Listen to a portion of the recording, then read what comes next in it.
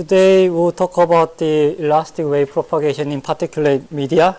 So before, we've seen the wave propagation in continuum, and the body wave, in the body wave there's a P and S wave, right? And when you have a boundary condition, you can have the surface wave or the cylindrical wave, right? The Rath wave. So depending on the boundary condition, you can have several modes, like Love wave and the Rayleigh mode, if you remember that. And when you have a dispersed media, then you can, there will be an attenuation. And this attenuation can occur in the perfectly elastic material because of the geometry, and that's called the geometric spreading. And and also you can have the material intrinsic damping. So that is called the damping. We express it with the damping ratio and the attenuation coefficient and quality factor, etc., etc. Right? So here the alpha is the attenuation coefficient, and today we'll extend it to a particulate soil, so particulate material. So we'll talk about viscoelastic model and the dispersion, why we have a dispersion in the wave propagation, and then we'll talk about the dry particulate material today. And tomorrow we'll talk about rest of that, so unsaturated media and the saturated media and the spectral response. Okay? So we'll have 2 lectures for this chapter. So viscoelastic model, there are several models that people use in this community, and here the first one is the viscoelastic medium. So we can assume, so the model we can model the particulate media or the porous media with the spring and dashpot, right? And depending on how much, how the dashpot and the spring is configured each other, and we call it different model, right? And Kelvin Voigt and the standard linear solid model is the ones that we are going to talk about today, and those 2 are the representative and the very basic linear elastic model. And there are constant or the nearly constant energy loss per cycle. So constant Q model and nearly constant Q model and frictional model. So these models are to simulate the elastic propagation in soil. So I think whichever model suits your condition, and you can choose, and you can verify and compare it with your experimental result. We'll talk about the Kelvin Voigt viscoelastic medium first. So let's imagine that we have 2 springs in series and in parallel. Then can you derive the equivalent stiffness? The series and parallel, right? So you have, let me try that. You have force applied. Where is it?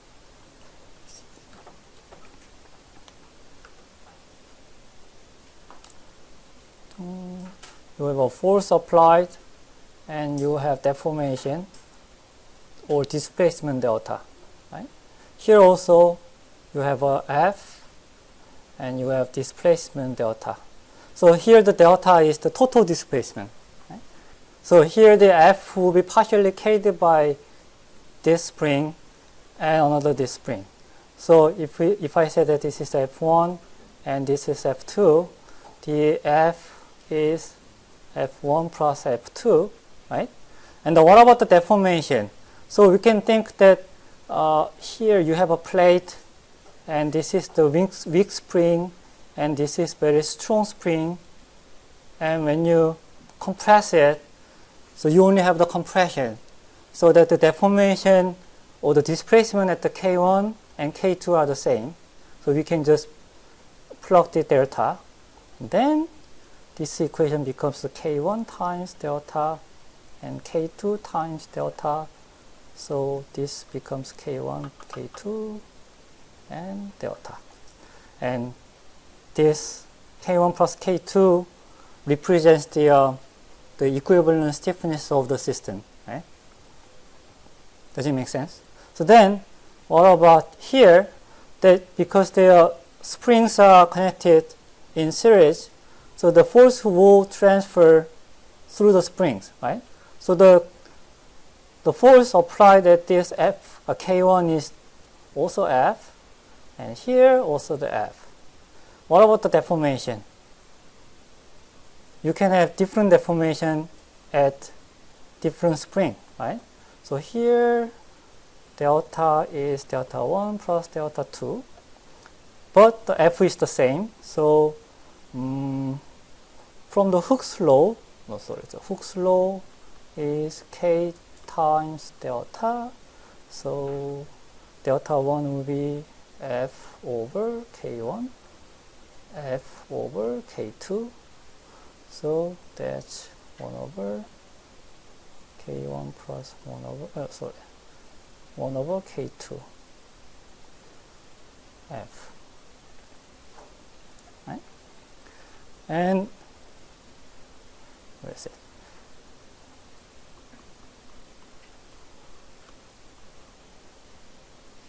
This is the Gavonis. This is the Gavonis equation. So the K eq is F over delta. So that from here, the K eq will be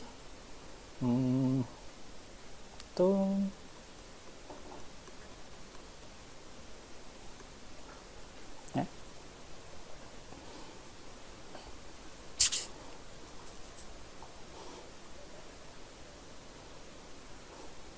Right. So it's very easy. So you can think of the Ohm's law with the resistance, right? So then now Kevin Voigt, the model assumes that you have one spring and the one dash part in parallel, like this, right? Then we know that this is the K, the spring constant. And what about the equilibrium or the equivalent stiffness of the dash part? That we have to derive. Right?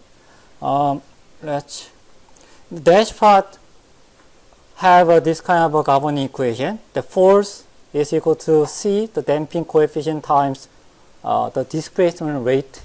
So when we, in general, the dash part here is we assume the linear damp. So, do you know damper? Do you know how the damper works? So here, let's say that we have a damper here to make this door doesn't slam, right? So then, when there's a damper, when you try to close it very fast, what does it do? So it gives some opposing force, right? So it gives some inhibition. And when you slowly just close it, it's just slow, you don't feel any resistance, right? So the force against acting nu is proportional to the velocity of your displacement. So that there is a C and the delta, no, d delta over dt is the displacement rate, or the rate of the displacement. So that the force is proportional to that, the rate of displacement, and C is the damping coefficient. And that's the linear damper. Right? So then, using this, we can also derive the equivalent coefficient, the equivalent stiffness of the dash part. And that's another question. So, using this, assuming this oscillatory displacement delta here, so sinusoidal movement, and when you put this one here, you can get the K equivalent too. Okay? So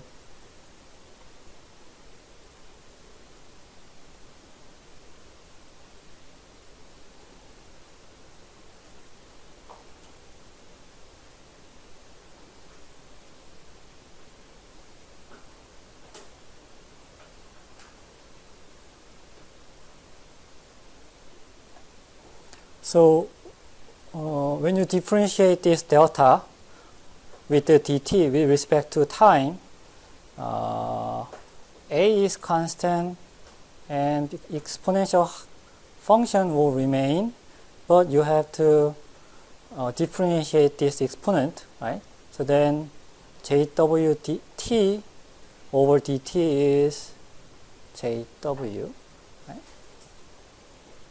So then this becomes jw delta. Correct? Yeah? And then f is what? F is c times jw delta over delta. So delta will cancel out. So c jw. So here the j is the imaginary number. So cwj is the equivalent stiffness. So here.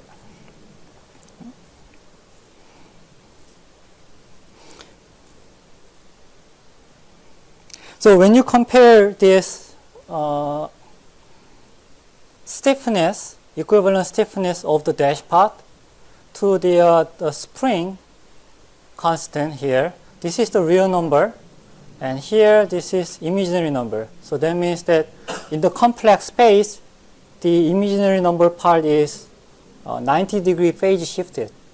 So these two are orthogonal, and it means that deformation lags behind with the 90 degree phase shift.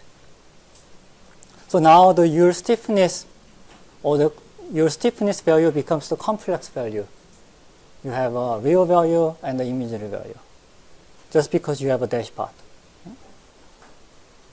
So it's the same with the single degree of system, freedom system.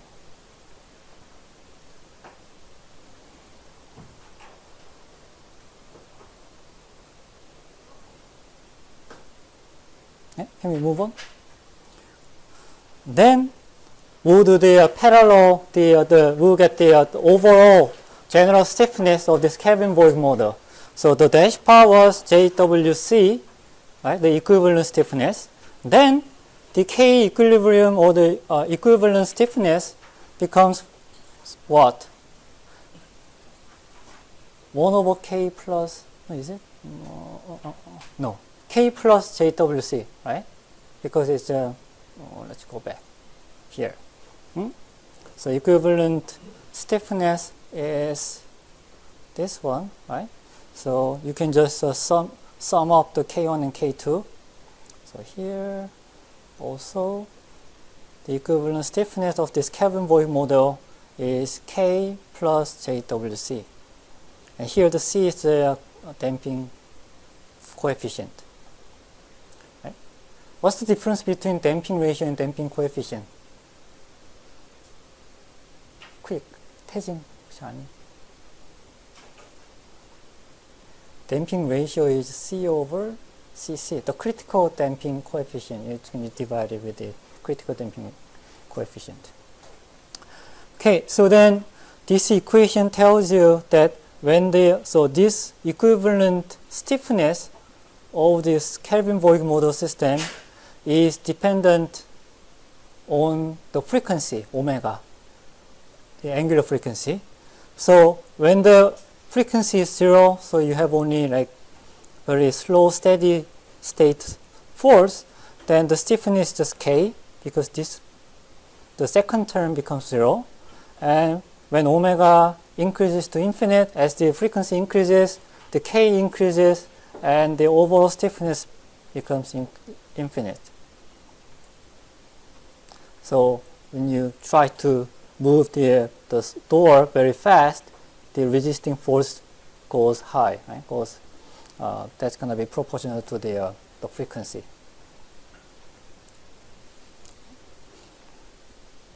And then you can derive the constitutive equation for wave propagation using this Kelvin-Voigt. And here you have a second term. So before, when it was the perfectly elastic, you have only this term for the P wave, right? The body wave propagation.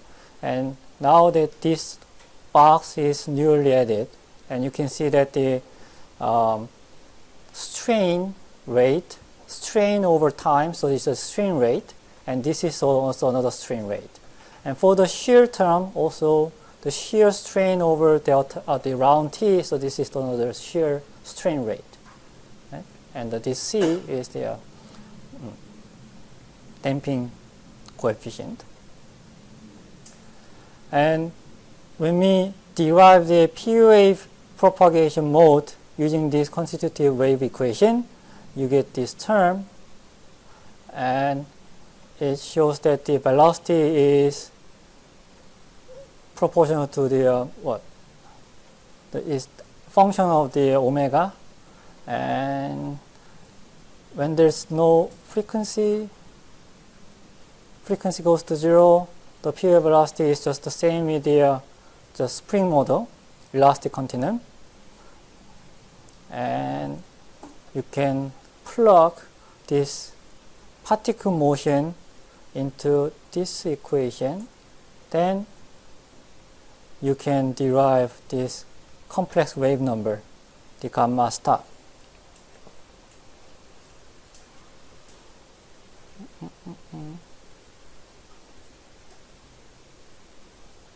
Right? Then let's move on. So then using that gamma star, you can get the attenuation coefficient. Attenuation coefficient, the alpha was what? The definition of the alpha was the imaginary number of the gamma star, right? So this is the attenuation coefficient, and from the previous equation here, you can derive this, and for the wave number, you use the real number. So from here,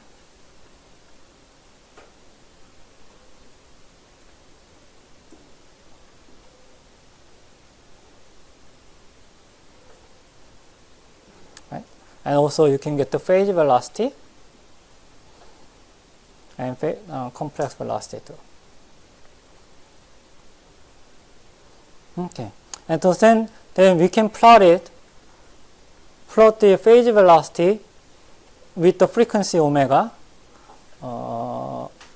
Before that, let's look at this equation. When the frequency is very low, much lower than the resonant frequency, this alpha becomes it can be simplified as this equation: omega square over 2 times omega naught Vp. And the phase velocity also can be simplified to this. So this tells you that when the frequency is very low, the dash bar doesn't do anything. Right?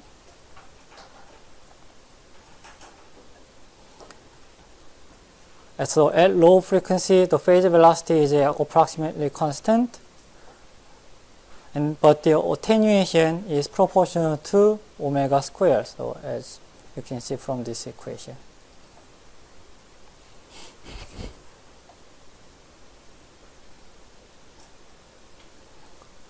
Then we can plot it in the chart here. So this is the velocity, and Vp naught is the P wave velocity at 0 frequency, okay? When there is no, the frequency is 0. Then you can see when the frequency becomes larger than the natural frequency, the P wave velocity increases. And here, this term is the same with the damping ratio, D. And damping ratio also increases with the omega, proportional to the omega square. And then after the resonant frequency, it decreases. But you can see that this is not symmetric. So that at the high frequency, you have a higher damping ratio comparing to the same level here, right? So in this model, because of the limitation of this assumption, attenuation effectively filters out the high frequency contents. But in reality, when you apply this model and when you compare with the experimental result, then practically there's no impact. But interesting thing is that you have a P wave increase as the frequency increases, and this means that when the frequency goes to infinite, that you have a infinite stiffness of medium. So, but having infinite stiffness is physically impossible. So this is the another limitation of this model.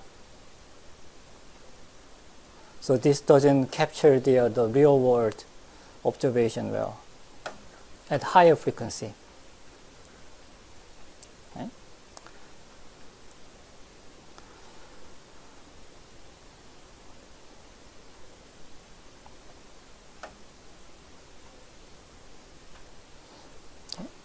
So to improve the Kelvin-Voigt model, people use the standard linear solid model, and here in the Kelvin-Voigt element they added another spring here. So this has a benefit. What would be that? Here when the omega, the frequency is almost 0, this doesn't do anything. So the equivalent stiffness is just is governed by K1 and K2, right?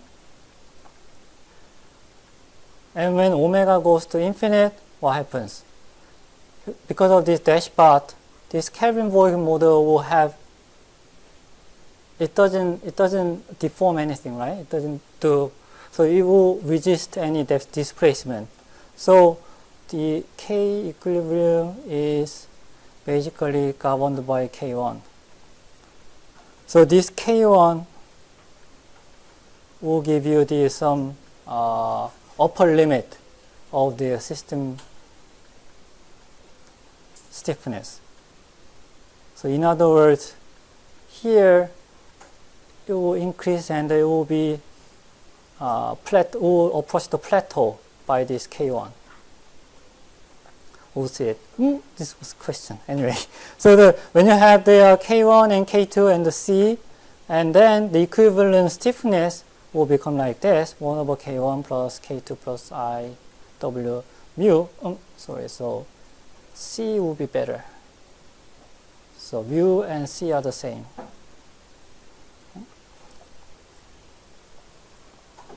Since we have been using the C as a damping coefficient.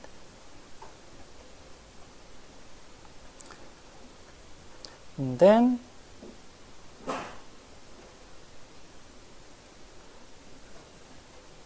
계속 뭔가 at very low frequency, the rho of the dash bar vanishes the total stiffness, and total stiffness is determined by the stiffness of the two springs.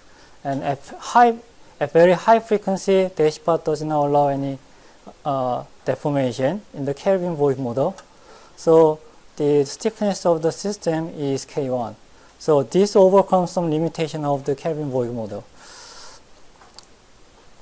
And this standard linear solid model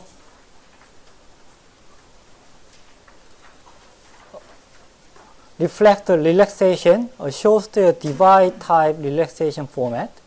And divide type relaxation format is you have a stiffness decrease at the resonant frequency, and complex stiffness of the viscoelastic medium M can be represented by this equation.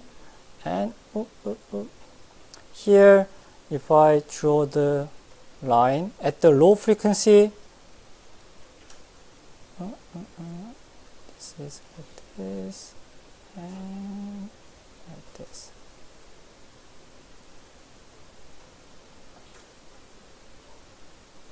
And 0. Here near the resonant frequency region, you have the relaxation.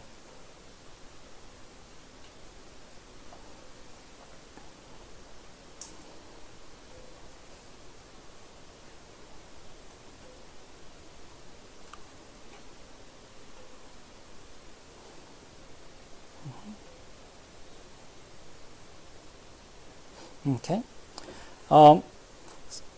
From the previous equation, you can derive the phase velocity and the attenuation coefficient, and this becomes the same with the homogeneous isotropic continuum media, so that the alpha is like this, and the phase velocity becomes like this, and this assumes that the tangent delta, another type of the attenuation, we assume that the small loss condition. So in particulate material, that the tangent delta, we assume that it's less than 0.1 and Q will be larger than 10. The attenuation coefficient is defined like this. And the phase velocity is computed from the real part of this complex modulus M. And then we can compare the Kelvin-Voigt model and the standard linear solid model. Before that, I forgot to mention this quality factor. I think this can be come from the just mathematical derivation, and when the omega is the same with the resonant frequency, you get this equation, and the Q, the 1 over Q is the attenuation coefficient, right? Quality factor, and quality factor becomes like this. So here M infinite is the stiffness at the high frequency, and now this is the stiffness at low frequency. Actually, when you use this equation, so this is M prime over M double prime.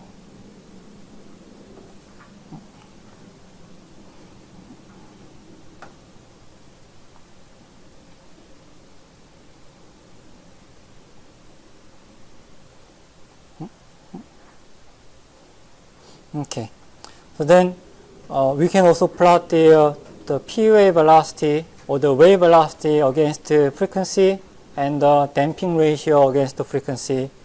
Ooh, it's the same. And you can see that here at low frequency is determined by this M naught, right? And here M infinite affects the wave velocity at high frequency.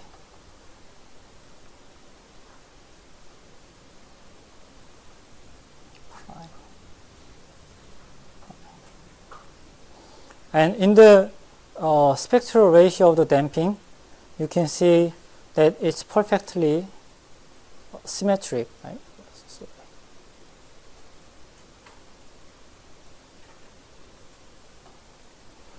With the center at the resonant frequency.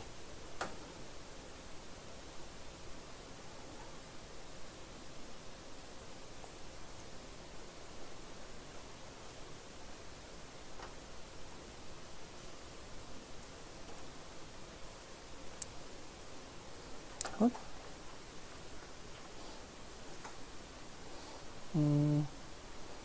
Then let's compare the Kelvin-Voigt and the standard linear solid model, and both model predicts the wave velocity at low frequency is constant, and the alpha is proportional to what the angular frequency, the square of the angular frequency, right? Omega square. But at the high frequency, Kelvin-Voigt model V increases indefinitely, right, with the frequency. But here in the standard linear solid model, you have a upper limit at the high frequency. So this is the difference between the Kelvin-Voigt and the standard linear model. So why we use the spring and dash part? This is the ultimate goal of this model, is to capture the physical reality in a simple and meaningful way. So we want to model the P, or the wave velocity and the attenuation using the springs and dash part for predicting the behavior of the rock or the soil. Right? Porous media or the particulate media.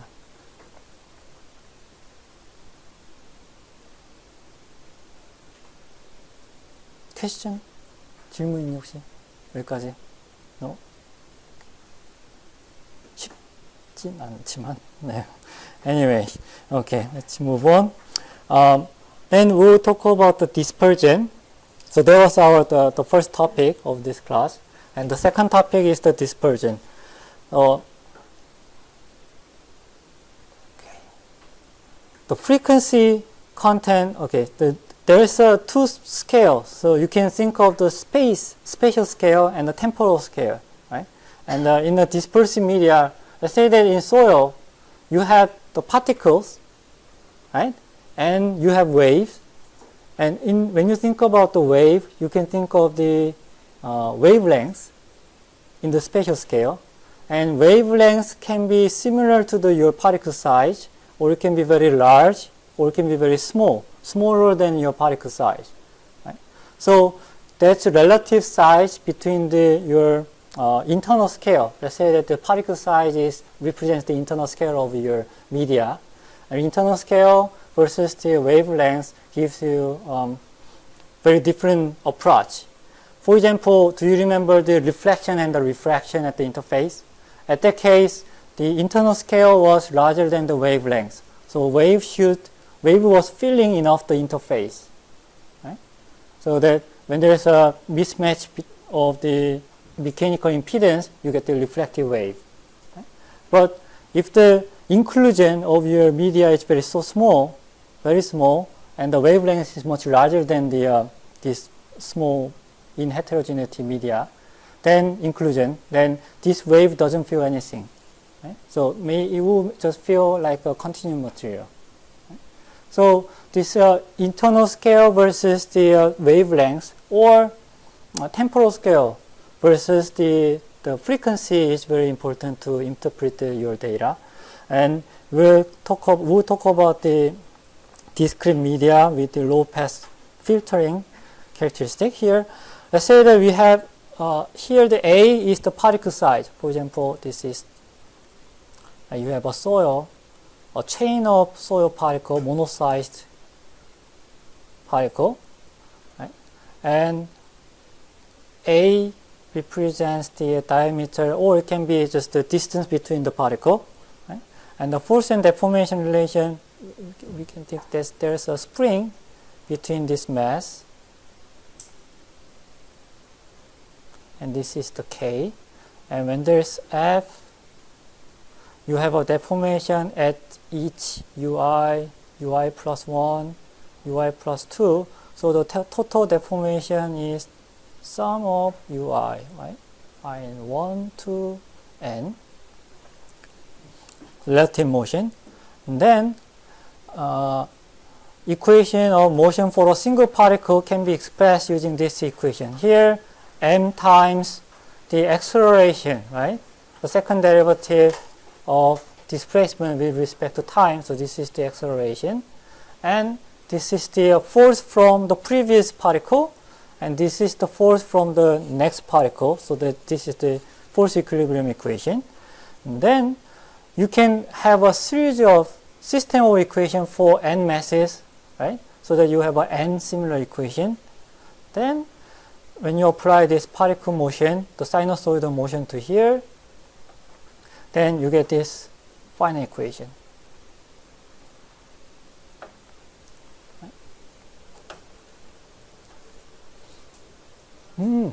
I would like to derive this equation at some point. Huh? Anyway, okay. And then when you solve this equation in terms of the omega, the angular frequency, then you get this final equation.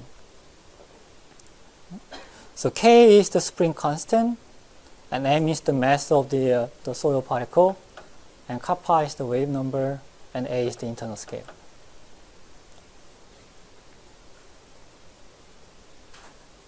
And then from this we can get the phase velocity.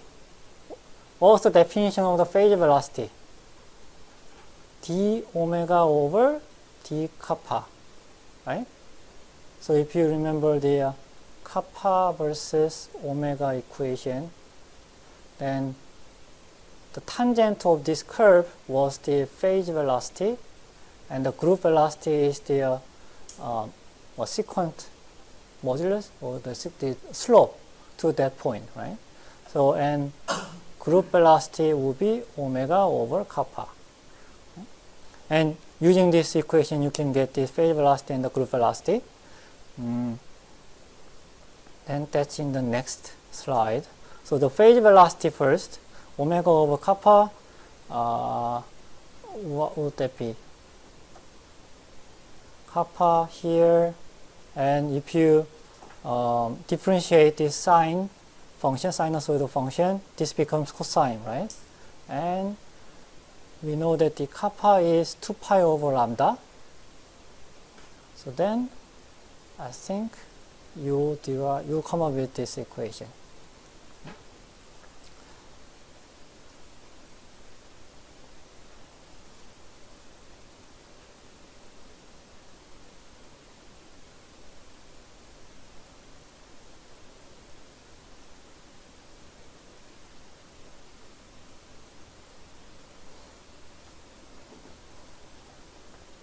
And so this is the equation for phase velocity. You can do the same thing for the group velocity.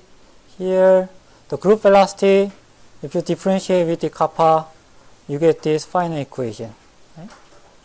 And what I want to show you is that if you plotted these two group velocity and the phase velocity against the lambda over a, so the wavelength divided by the internal scale, then you get this graph here. Lambda over a is the wavelength over the particle size or the internal scale. Oh, it can be the fracture distance if you have a fractured rock. Right? The a can be whatever the internal scale in your media. And how does it work? So here, as the lambda decreases, so wavelength decreases,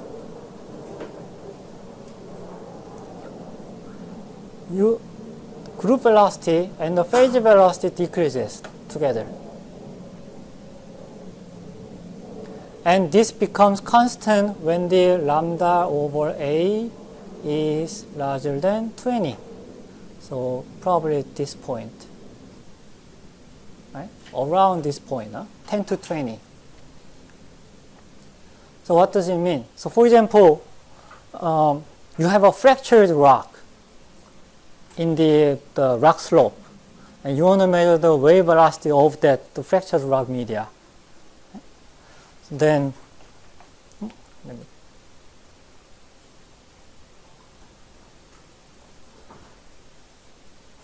when there is an internal scale like this, so you have 2 or 3 pieces, and you measure the p wave velocity, Vp, to this point. And really represents the continuum model, because you have only like 2 interfaces. So that's gonna be depending on the wavelength. So that your wavelength is similar to that. Here the A is about this point, and then wavelength should be much larger than this A to get the representative wave velocity. So then, if your wavelength is fixed, then you can increase the size of the specimen so that you have more interface. So then, and according to this equation, you should have at least 20 interfaces in the case, right? You know what I mean? Good. Another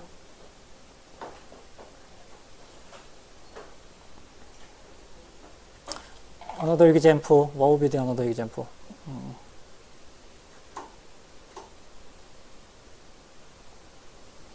Another example is that you want to measure the wave velocity of the soil, the particle, the accumulated particle, and when you have only like tens of particles there and you measure the wave velocity, it may not represent the real wave velocity. You should have enough particles to be analyzed at the continent. Right? So this is called the Brouillon effect, and this dispersion will cause the wave velocity decrease So you should be very careful about the the velocity interpretation.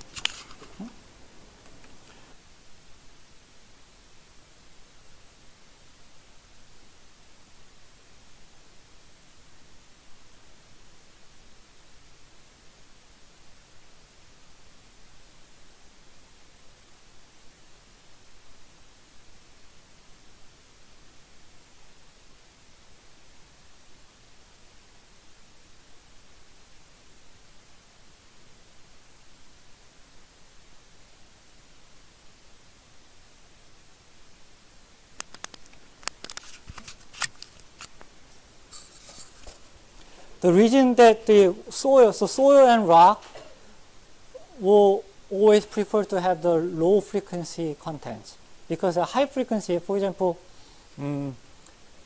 velocity v equals f times lambda, right? And when the velocity is fixed, frequency increases, then wavelength decreases. So higher frequency wave will have the shorter wavelengths, and this will decay very fast, because for the same amount of distance, it may have the maybe like 10 repetition to get to there, right? But when the wavelength is large, and you can get there by maybe 1 repetition or the 2 repetition, right? So, and every repetition you have an attenuation. So higher frequency will filter out very fast, and also it attenuates.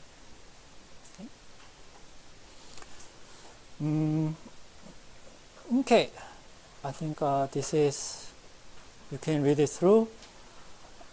So here again, the summary is that this tells you the wavelength versus the characteristic dimension or the internal scale that we've been talking about.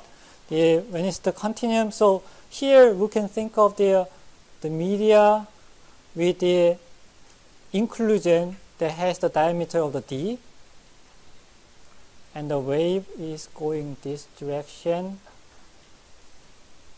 and also propagates through this inhomogeneous media. And when the wavelength is much smaller than this inclusion, the wave will feel the reflection and the refraction, and it can be also, you can have the mode conversion. And when the wavelength is much larger than this inclusion, it's going to be the equivalent continuum. And here, alpha is inversely proportional to the size of the inclusion. Here, the frequency is the dominant factor, these two here. In the particulate material, also it's the same. The only difference is that D is the internal scale. Right? So you can think of this kind of a soil particle, and the particle size is the D. Wave goes in and out like this.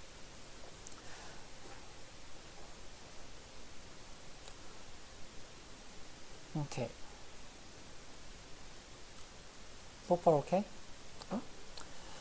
Okay, the last part of this class is about the dry particulate media. So today we'll talk about the wave propagation in dry soil, and tomorrow we'll talk about unsaturated and the saturated soil. So in the dry soil, the confinement, effective stress, is the very critical component for the wave velocity.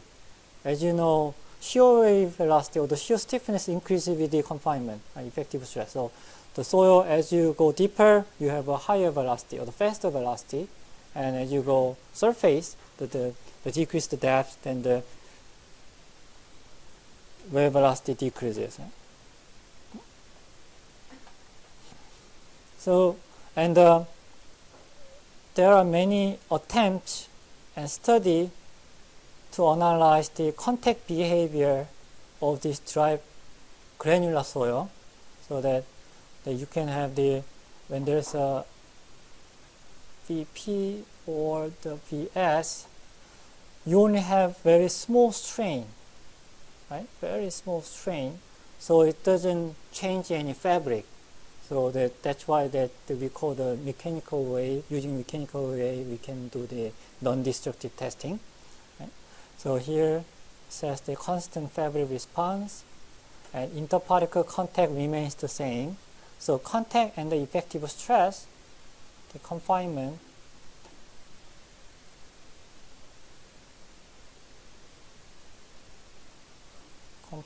confining stress is very important. Okay.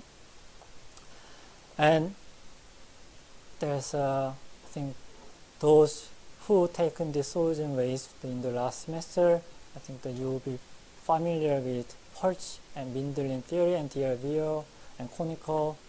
And these Hertz and Mindlin theory is typically used in granular soil or the particle, the mechanical interaction between particle, and DRVO is for electrical interaction, and conical is you have a surface and you have a cone like this, and this is pushing down to the rigid surface. Then you have a stiffness change because the area changes as you deform more. Right? So that's called the conical deformation behavior. General form for the force and displacement curve looks like this.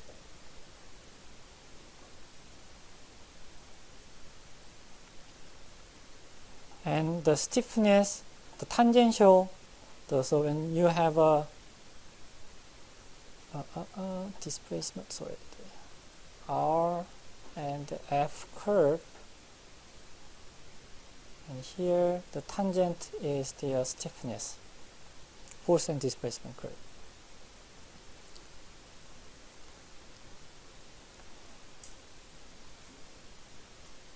Okay. Good. So then, if you plug,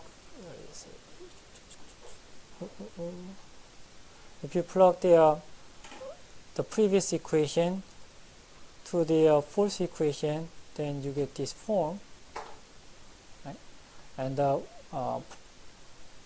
becomes the wave propagation is also, we can derive that as a function of the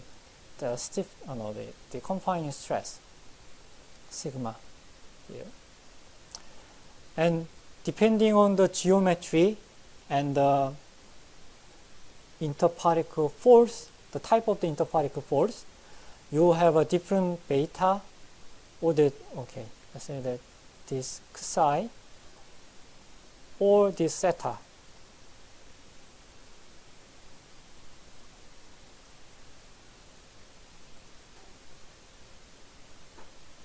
Theta, right? Here the theta is the force deformation exponent here, and this is velocity and stress exponent is beta or psi.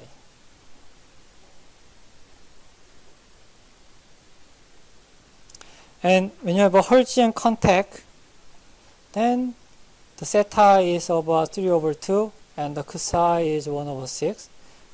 When you model the Colombian force, that's the electrical force between charges, that's a -2, and the psi is 0.75. Double layer repulsion is a DRVO theory. So this is a DRVO theory, and this will have this range, and van der Waals attraction will have this range. So what does it tell you? Here the Hertzian contact, the power exponent is the smallest, right? And the Colombian and the double layer repulsion is the largest one. Right? So that means that when you apply like a constant load for a given loading, maybe like 100 kilopascal or something like that, then displacement or the VP increases in the double layer repulsion and the Colombian force interaction more than the mechanical contact by the Hertzian contact theory. So this tells you that the granular soil maybe have a less increase in wave velocity than the fine grained soil. Fine grained soil is much more sensitive to the effective stress. Right? The small strain stiffness is more sensitive to state of stress in fine-grained soil than the coarse-grained soil, just because that we have a higher exponent according to this equation. Right? So Coulombian force, like charge-to-charge electrical force, and the mechanical interaction between two spheres.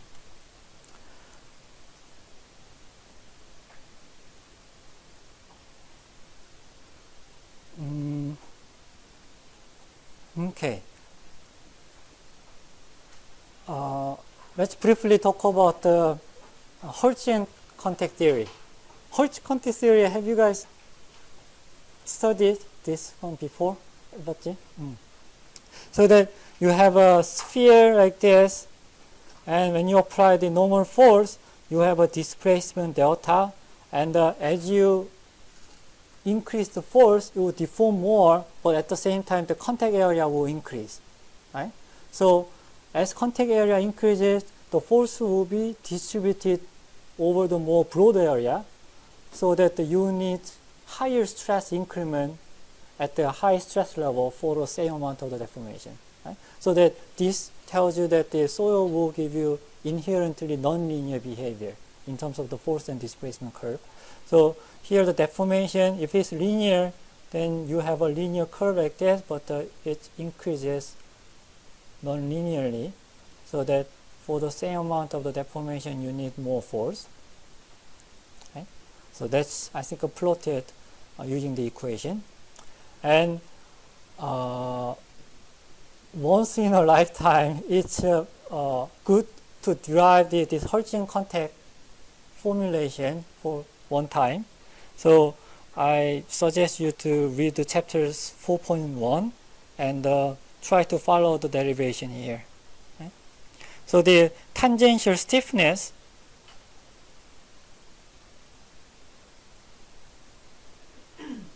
stiffness of the two sphere is given by the stiffness of the material, G, and the Poisson ratio of the material, and the stress here. So this is what?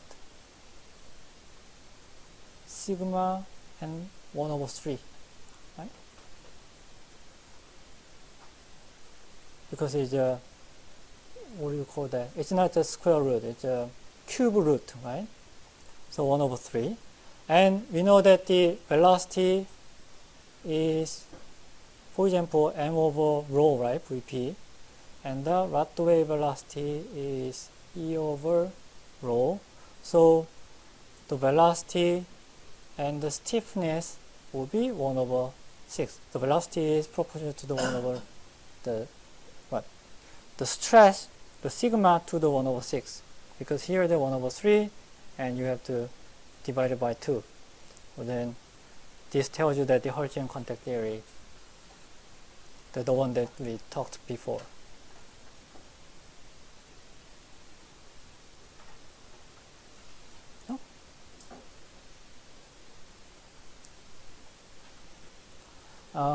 Okay, so this one also you can read it through.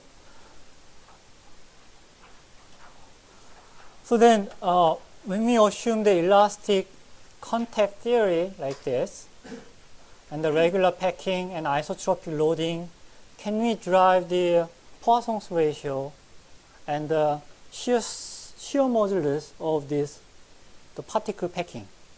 So once you have the shear modulus and the Poisson's ratio, you can get the another elastic modulus too, right? So here, for the face-centered packing, that's this one, face-centered cubic packing,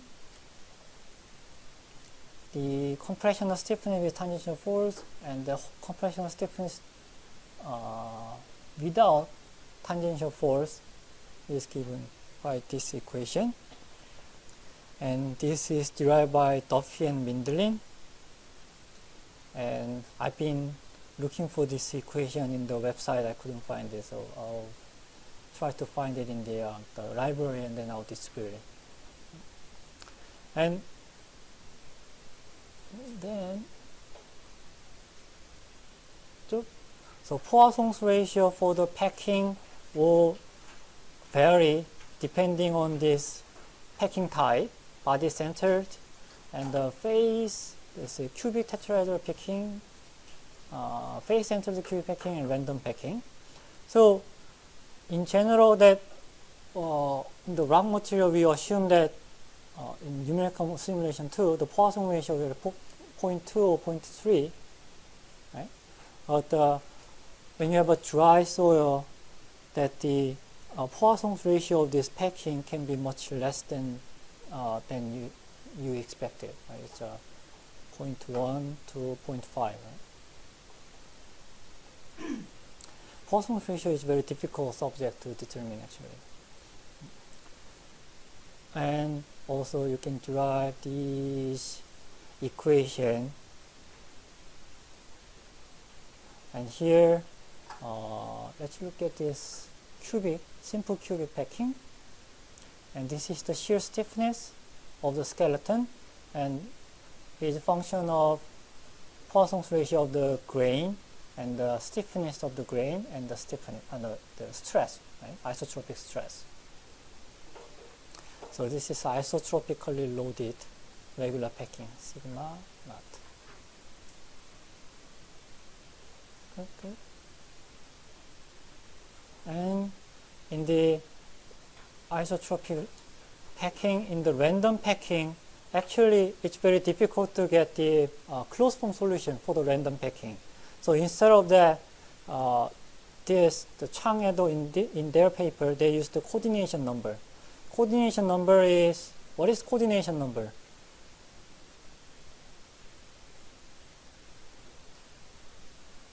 So in this case, what's the coordination number for this particle? 1, 2, 3, 4. So coordination number tells you that in average, each particle, the number of contact per each particle, per particle. So when the density is high, your coordination number will increase or decrease? Increase, right? So very densely packed soil, you have a higher coordination number, and the loosely packed soil, the low coordination number. So this coordination number also can be related to void ratio or the dry density of the soil. So here they make a correlation with this. Actually, this number can change depending on the distribution of the particle size, or the particle maybe, and the shape of the particle. Okay? So, but this is just the example. One example. But then, so from here, as the coordination number increases, you can see the stiffness also increases, right? And grain stiffness increases, overall stiffness increases, and isotropic loading, the stress, confining stress increases, then also skeletal shear stiffness also increases. And here you have this pretty much the same equation, and this tells you that the Gmax, the shear stiffness of the soil, is function of the effective stress and the power exponent.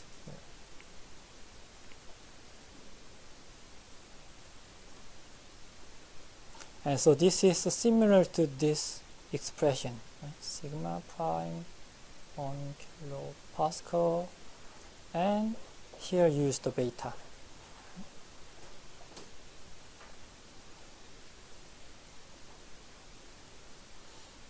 Okay, and for the anisotropic loading, it's also very difficult. There is no closed form solution for shear modulus or random packing subject to anisotropic loading. So then you have here different loading, sigma 1 and sigma 3, and from that you can get the sigma p and the sigma m. I think the p is the what is it? What is the P? M is the mean effective stress, right? What is sigma P? sigma P 뭐지? P, D, I think from that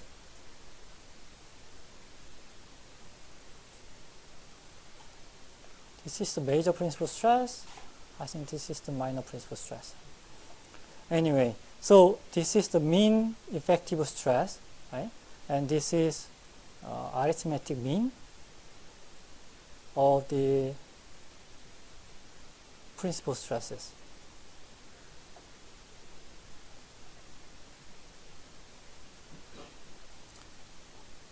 So far we haven't considered the cementation, but if there's a cementation effect, then cementation also can be considered.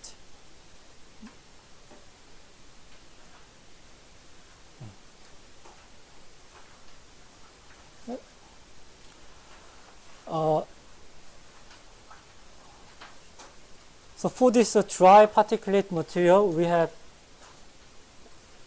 glanced through the stiffness term that's governed by velocity.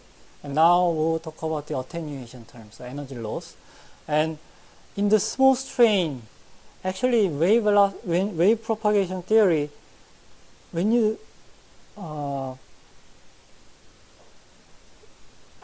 calculate the actual shear strain in the soil, that's very small. For example, here, the shear strain in the wave propagation is in the order of 10 to the negative 7, minus 7.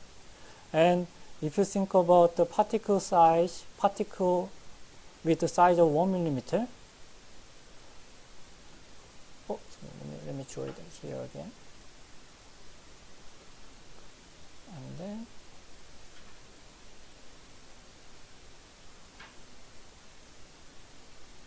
gamma. So if there's shear, this is 10 to the negative 7. And then if this diameter is about 1 millimeter, then the actual displacement is 10 to the negative 3 meter times 10 to the negative 7. So that's about 10 to the negative 10 meter. So that's what? What's the size of the water molecule? water molecule size 얼마 정도지? Molecular level. So 1 nanometer is 10 to the negative 9, right? And 1 angstrom is 10 to the negative 10. So this is the 1 angstrom. And 1 angstrom, 2 angstrom, that's about the size of the water molecule, isn't it? So we are talking about the deformation of the atomic scale, the size of the molecule or the size of the atom. So in the perfectly dry soil, that when you have a shear or the tangential movement, compressional movement, the relative displacement is so small, so that in theory there should be no attenuation. But still we have attenuation, energy loss. So it's very difficult to explain it physically in why we have attenuation in wave propagation in dry particulate material or dry soil. Okay? So one other explanation is that as the strain increases, so now that we are in the medium to large strain, atomic bonds begin to break at contact as well as within the material and in the observed monolayer. So because they are in a particle, even though you have a perfectly dry soil, you have always a layer of the observed molecule. This can be water or maybe other gas or some other chemical. And there's originally, when there's no disturbance, there's a atomic level molecular interaction or the attraction force, the bonding. Then if because of this disturbance that breaks, and this gives you the energy loss. Okay? Well, that's another explanation people do. So that friction loss at the contact can develop. And in mechanical engineering or the civil engineering, we use the Mindlin's contact to explain the energy loss in the spherical particles. So here, in the Hertzian contact, we had only normal force, right? So on the top of this Hertzian contact, now we are assuming the horizontal force T here. Normal force and then the applied tangential force T. And this tangential force will be resisted by the contact here, right? And when you calculate the stress level, then it becomes a little bit difficult, but here, ideally, when you have a stress by T, the shear stress distribution will be infinite like this at the edges. It goes infinite at the edges here and here. But the mobilized shear stress, tau, can go like this, but the tau f, because the particle will begin to move when the tau is larger than tau f, and tau f is mu times sigma. So this is the friction coefficient, and this is the normal stress. So if we assume that the normal stress is like this kind of a curve at this radius, and then the shear, mobilized shear stress here, the tau f is like this.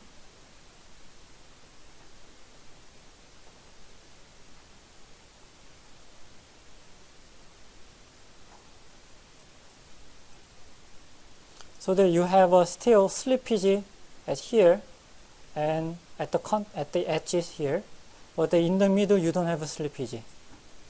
So let's read this through this statement.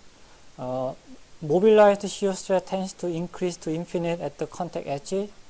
For a limiting interparticle friction coefficient mu, the maximum shear stress that can be mobilized is the tau f is mu times sigma. So slippage occurs at the contact edges where the tau is larger than tau f. In turn, the distribution of the contact shear stress in the non-slip region must change to preserve the equilibrium in the horizontal region. And here the annulus of the slippage along the periphery of the contact causes the irreversible energy loss. So because of the slippage at the edge of this contact, you have energy loss.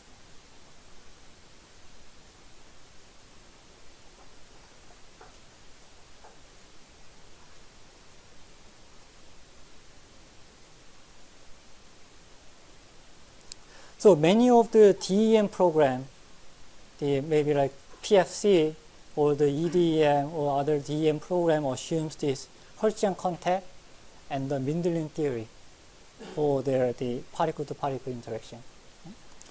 And in the molecular dynamics simulation, they maybe use the Colombian force or the van der Waals force to simulate the two-molecular interaction, the MD simulation.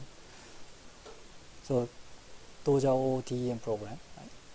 And in the so according to Mindlin's contact theory, for the isotropically loaded simple cubic packing, we can calculate this attenuation coefficient 1 over q is this gamma over gamma t over 3 pi, and here the gamma t is the threshold strain between particles that causes the global slippage at the contact, and the mu is the friction coefficient. Here the gamma t, this is just the t, can be calculated by using this equation. So the friction loss is amplitude dependent. Why? If you have more strain, you have a high, so this 1 over q attenuation is proportional to this gamma. Right? As you shear more, that the attenuation will increase, right? Linearly. And when the gamma is same with the gamma t, and this attenuation coefficient becomes 0.25, so then in terms of the q, that's about 4. And frequency does not affect the friction loss in this case. So Mindlin's contact does not account for the oscillatory deformation. Right? Maybe you can apply to that, but there's no dependency on the frequency.